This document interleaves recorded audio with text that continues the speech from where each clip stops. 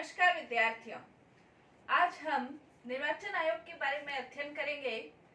भारत जब स्वतंत्र हुआ था उसके बाद से ही इस दिशा में प्रयास शुरू हो गए थे कि भारत के अंतर्गत जो भी निर्वाचन होंगे वो बिना किसी भेदभाव के, बिना किसी जाति, धर्म, भाषा का भेदभाव किए हुए समानता के आधार पर निर्वाचन किए जाएंगे। ये निर्वाचन निष्पक्ष होंगे, किसी भी दबाव के अंतर्गत नहीं होंगे और इस प्रकार की व्यवस्थाएं करने के संबंध में सारे प्रयास किए जाने लगे, सोचा जाने लगा और इसी संदर्भ में भारत के अंतर्गत निर्वाचन आयोग के गठन के संबंधित प्रावधान किए गए ताकि निर्वाचन के संबंध में किसी भी प्रकार की असमानता या दबाव की स्थिति का निर्वाचन आयोग प्रयोग नहीं करे, दबाव की स्थिति में निर्वाचन नहीं कराए, बल्कि स्वतंत्र रूप से और निष्पक्ष रूप से चुनाव करवाए। निष्पक्ष रूप से और स्वतंत्र रूप से चुनाव क्यों करवाने आवश्यक है? क्योंकि लोकतंत्र के अंतर्गत ये आवश्यक है कि लोकतंत्र तभी सही रूप से अपना कार्य कर सकता है जब निर्वाचन स्वतंत्र हो और निष्पक्ष हो।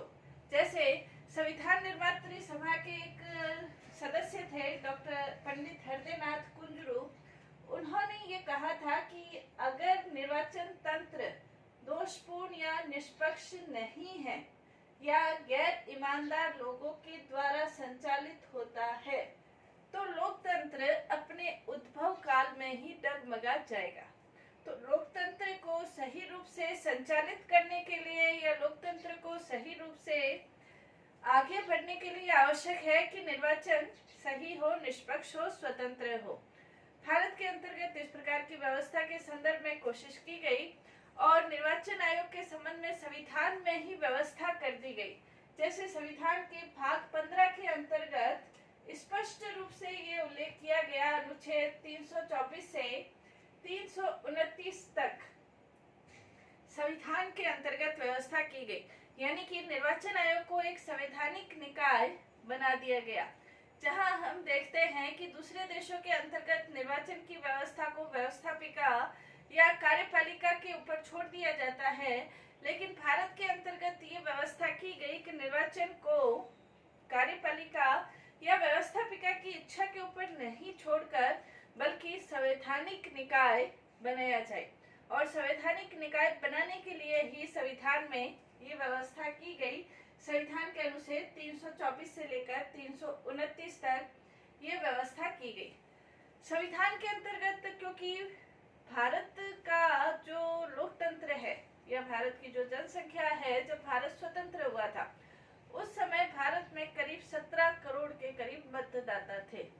17 करोड़ के करीब मतदाताओं को चुनाव के संबंध में, मतदान के संबंध में उन्हें तैयार करना, उनके लिए व्यवस्था करना, मतदान की व्यवस्था करना, निर्वाचन की व्यवस्था करना, ये उस समय निर्वाचन आयोग का बहुत महत्वपूर्ण कार्य था।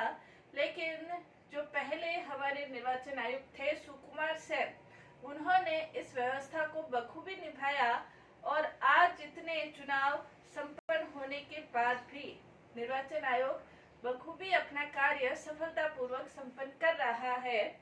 और इसके लिए जो व्यवस्थाएं है कि निष्पक्ष और स्वतंत्र चुनाव करवाए जाए, तो इस दिशा में निर्वाचन आयोग लगातार अपना कार्य करता रहा है। संविधान के अंतर्गत यदि हम देखें तो संविधान के अंतर्गत निर्वाचन आयोग के संबंध में क्या व्यवस्थाएं हैं, तो संविधान के अनुच्छेद 324 के अंतर्गत निर्वाचन आयोग के संबंध में ये व्यवस्था है कि निर्वाचन आयोग का ये दायित्व है कि वो चुनाव का अधीक्षण करेगा, निर्देशन करेगा और नियंत्रण करेगा। चुनाव आयोग संसद के चुनाव, राज्य विधानसभाओं के चुनाव, राष्ट्रपति और उपराष्ट्रपति, इन सभी के चुनाव का दायित्व निर्वाचन आयोग के ऊपर है।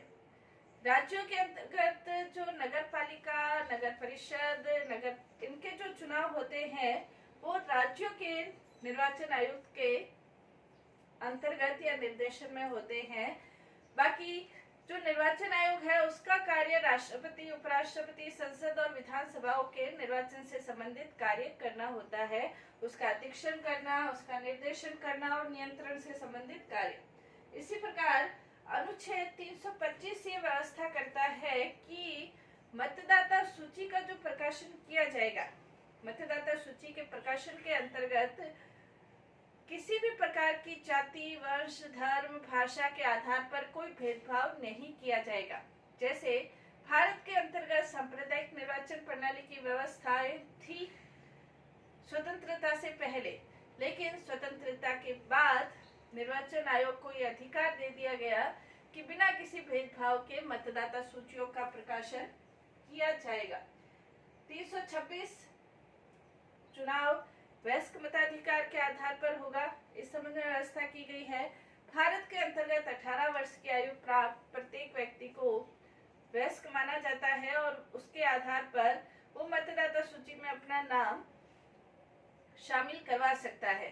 संसद के अंतर्गत, लोकसभा के अंतर्गत, संसद के अंतर्गत और राज्यों की विधानसभाओं के अंतर्गत, राज्यों के अंतर्गत इस संबंध में राज्य विधानसभाओं के द्वारा या लोकसभाओं के द्वारा, लोकसभा के द्वारा या संसद के द्वारा किसी भी मतदाता के संबंध में यदि कोई गैर अर्हता पूर्वक कार्य किया गया है तो ही उसे मतदाता सूची से निकाला जाएगा, वरना भेदभाव के आधार पर, जाति, वंश, धर्म, भाषा के भेदभाव के आधार पर मतदाता सूची से नहीं निकाला जा सकता है। इसी प्रकार 328 राज्यों के चुनाव के संबंध में कानून बनाने के संबंध में शक्ति प्रदान की गई है। अनुच्छेद 329 चुनावी मामलों के संबंध में न्यायालय के संबंध में क्या व्यवस्थाएं हैं उस संबंध में व्यवस्थाएं की गई है। तो ये संवैधानिक प्रावधान अनुच्छेद 324 से 329 तक संविधान में स्पष्ट रूप से निर्वाचन आयोग के संबंध में व्यवस्थाएं की गई है।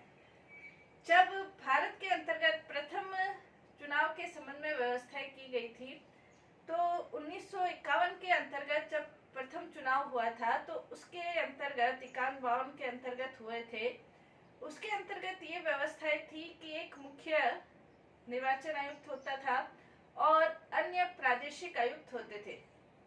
लेकिन प्रादेशिक आयुक्तों की स्थिति सही नहीं रही, इसलिए प्रादेशिक आयुक्तों को हटाकर फिर 1957 के जब चुनाव हुए तो उसके अंतर्गत उपचुनाव आयुक्त की नियुक्ति की गई। उपचुनाव आयुक्त 67 तक रहे, 69 तक रहे, लेकिन बाद में निर्वाचन आयोग को बहुसदस्यीय बना दिया गया। 1989 के अंतर्गत एक मुख्य निर्वाचन आयुक्त और 2 अन्य निर्वाचन आयुक्त की नियुक्ति की गई। 89 में 90 में फिर इसके ऊपर याचिका दायर की गई और उसके बाद वापस से वीपी सिंह सरकार ने ये कह दिया कि इसकी समीक्षा की जाएगी। कहने का तात्पर्य ये कि वर्तमान समय 1 अक्टूबर 1993 से अभी तक जो निर्वाचन आयोग है वो बहुसदस्य है। सदस्य का यहाँ पर तात्पर्य ये है कि एक मुख्य निर्वाचन आयुक्त होता है और 2 अन्य निर्वाचन आयुक्त होते हैं। एक मुख्य निर्वाचन आयुक्त यदि वर्तमान समय हम देखें तो मुख्य निर्वाचन आयुक्त जो है वो सुनील अरोड़ा है और जो अन्य निर्वाचन आयुक्त है वो राजीव कुमार और सुशील चंद्र, ये अन्य निर्वाचन आयुक्त है। 1993 के अंतर्गत टी.एन. शेषन मुख्य निर्वाचन आयुक्त थे। टी.एन. शेषन ने सर्वोच्च न्यायालय में ये याचिका दायर की कि जो मुख्य निर्वाचन आयुक्त है उसकी जो स्थिति है, जो अधिकार है, वो दूसरे जो चुनाव आयुक्त है उससे अधिक होंगे। सर्वोच्च न्यायालय ने 95 के अंतर्गत अपना निर्णय देते हुए यह स्पष्ट कर दिया कि मुख्य निर्वाचन आयुक्त और अन्य निर्वाचन आयुक्तों के अधिकार और शक्तियां समान हैं और उन्होंने ये भी स्पष्ट कर दिया कि मुख्य निर्वाचन आयुक्त और अन्य चुनाव आयुक्त सद्भावनापूर्ण माहौल में कार्य करें, अपने आपसी संदेह को मिटाते हुए सद्भावनापूर्ण कार्य करें। कहने का तात्पर्य जो चुनाव आयोग है, निर्वाचन आयोग है, वो बहुसदस्य है। बहुसदस्य का मतलब एक मुख्य निर्वाचन आयुक्त और 2 अन्य चुनाव आयुक्त होते हैं, लेकिन तीनों की स्थिति में किसी भी प्रकार का कोई अंतर नहीं है। एक अध्यक्ष माना जरूर जाता है लेकिन उसकी शक्तियों में, स्थिति में सर्वोच्च न्यायालय के निर्णय के अनुसार किसी भी प्रकार का कोई अंतर नहीं है कि वो अध्यक्ष के रूप में कार्य करे, ऐसा नहीं, बल्कि तीनों की शक्तियां समान है। जैसे वर्तमान समय सुनील अरोड़ा, राजीव और सुशील चंद्र है, तो इनकी शक्तियों में किसी भी प्रकार का कोई भी अंतर नहीं है। और यदि किसी भी कार्य में, निर्णय में कोई अनबन की स्थिति है, विवाद की स्थिति है, वैसे प्रयास ये किया जाता है कि तीनों मिलकर निर्णय करेंगे, लेकिन यदि विवाद की स्थिति है तो बहुमत के आधार पर निर्णय किया जाता है। तो मुख्य जो चुनाव आयुक्त है और अन्य जो चुनाव आयुक्त है, उसकी जो स्थिति है और उसकी जो सेवा शर्तें हैं, उसके जो कार्यकाल है, संविधान में क्या व्यवस्थाएं हैं, तो उसके बारे में हम देखते हैं। निर्वाचन आयोग की यदि हम स्थापना देखें तो उसकी स्थापना 25 जनवरी 1950 को, यानी कि संविधान लागू होने से एक दिन पहले निर्वाचन आयोग की स्थापना की गई थी। और इसी के कारण 25 जनवरी को मतदाता दिवस के रूप में भी मनाया जाता है। 25 जनवरी 1950 को इसकी स्थापना की गई थी। मुख्य निर्वाचन आयुक्त की जो नियुक्ति है वो राष्ट्रपति के द्वारा की जाती है, और मुख्य निर्वाचन आयुक्त के अलावा अन्य चुनाव आयुक्तों की नियुक्ति भी राष्ट्रपति के द्वारा की जाती है। इसकी जो पदच्युति है, यानी कि उसके समय से पहले यदि उनको उनके पद से हटाना है, तो वो भी राष्ट्रपति के द्वारा एक विशेष प्रक्रिया के माध्यम से हटाया जा सकता है। विशेष प्रक्रिया का मतलब ये है, हालांकि संविधान के अंतर्गत महाभियोग शब्द का प्रयोग नहीं किया गया, लेकिन फिर भी ये कहा गया है कि मुख्य निर्वाचन आयुक्त और अन्य आयुक्तों को उसी आधार पर हटाया जा सकता है जैसे सर्वोच्च न्यायालय के न्यायाधीशों को हटाया जाता है। हालांकि महाभियोग प्रक्रिया का शब्द का प्रयोग नहीं किया है, लेकिन उसी प्रक्रिया के आधार पर इसका मतलब ये है कि संसद के सदस्यों के, उपस्थित सदस्यों के 2/3 बहुमत और कुल सदस्य संख्या के बहुमत के आधार पर पारित प्रस्ताव के आधार पर, जो कि राष्ट्रपति के हस्ताक्षर के लिए जाता है, उसके आधार पर उन्हें उनके पद से हटाया जा सकता है। यानी कि कहने का तात्पर्य ये है कि संविधान के अंतर्गत ये व्यवस्था की गई है कि निर्वाचन आयोग बिना किसी डर के, बिना किसी दबाव के अपना कार्य स्वतंत्र और निष्पक्ष रूप से करे, तभी भारतीय लोकतंत्र सही दिशा की ओर अग्रसर हो सकता है। इसलिए उनको उनके पद का भय नहीं रहे और बिना भय के वो अपना कार्य सुचारू रूप से संपन्न कर सके, इस दिशा में व्यवस्था की गई है। इनका जो कार्यकाल है 6 वर्ष और 65 वर्ष, इन दोनों में से जो भी पहले हो, यदि उनकी 65 वर्ष की आयु पहले हो जाती है तब तक है, या 6 वर्ष इनका कार्यकाल निर्धारित किया गया है। सेवा शर्तें और वेतन, वो ही वेतन है वो 2.5 लाख रुपए है, और इनके वेतन में उनके कार्यकाल की अवधि में किसी भी प्रकार का कोई परिवर्तन नहीं किया जाता। यानी कि चुनाव निर्वाचन आयोग के संबंध में ये व्यवस्थाएं की गई है, जैसे न्यायाधीशों की स्वतंत्रता के संबंध में व्यवस्थाएं की गई है, वैसे ही निर्वाचन आयोग के संबंध में भी ये व्यवस्थाएं की गई है, ताकि निर्वाचन आयोग भी अपना कार्य स्वतंत्रता पूर्वक संपन्न कर सके।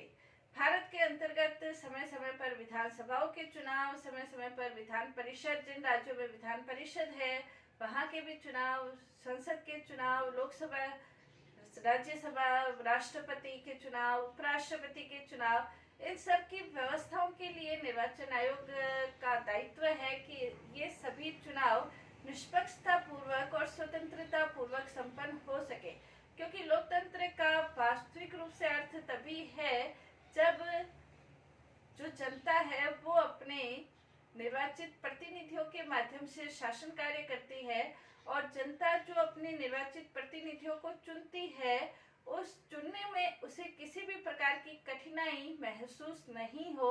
ये व्यवस्थाएं संविधान के द्वारा निर्वाचन आयोग के माध्यम से की गई है।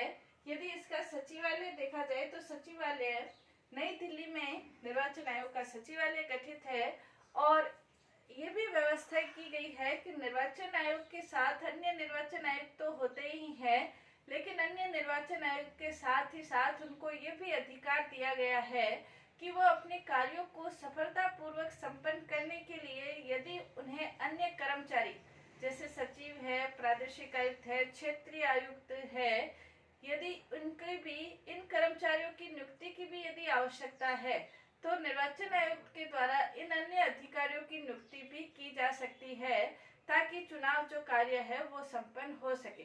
कहने का तात्पर्य ये है कि एक निर्वाचन आयोग संवैधानिक निकाय है। संवैधानिक निकाय का तात्पर्य संविधान के अंतर्गत इसका उल्लेख है। संविधान के भाग 15 में अनुच्छेद 324 से 329 तक स्पष्ट रूप से निर्वाचन आयोग का वर्णन किया गया है और निर्वाचन आयोग अपने स्वतंत्रता पूर्वक और निष्पक्षता पूर्वक अपना कार्य करे, इसके बारे में भी संविधान के अंतर्गत स्पष्ट व्यवस्थाओं का उल्लेख किया। धन्यवाद।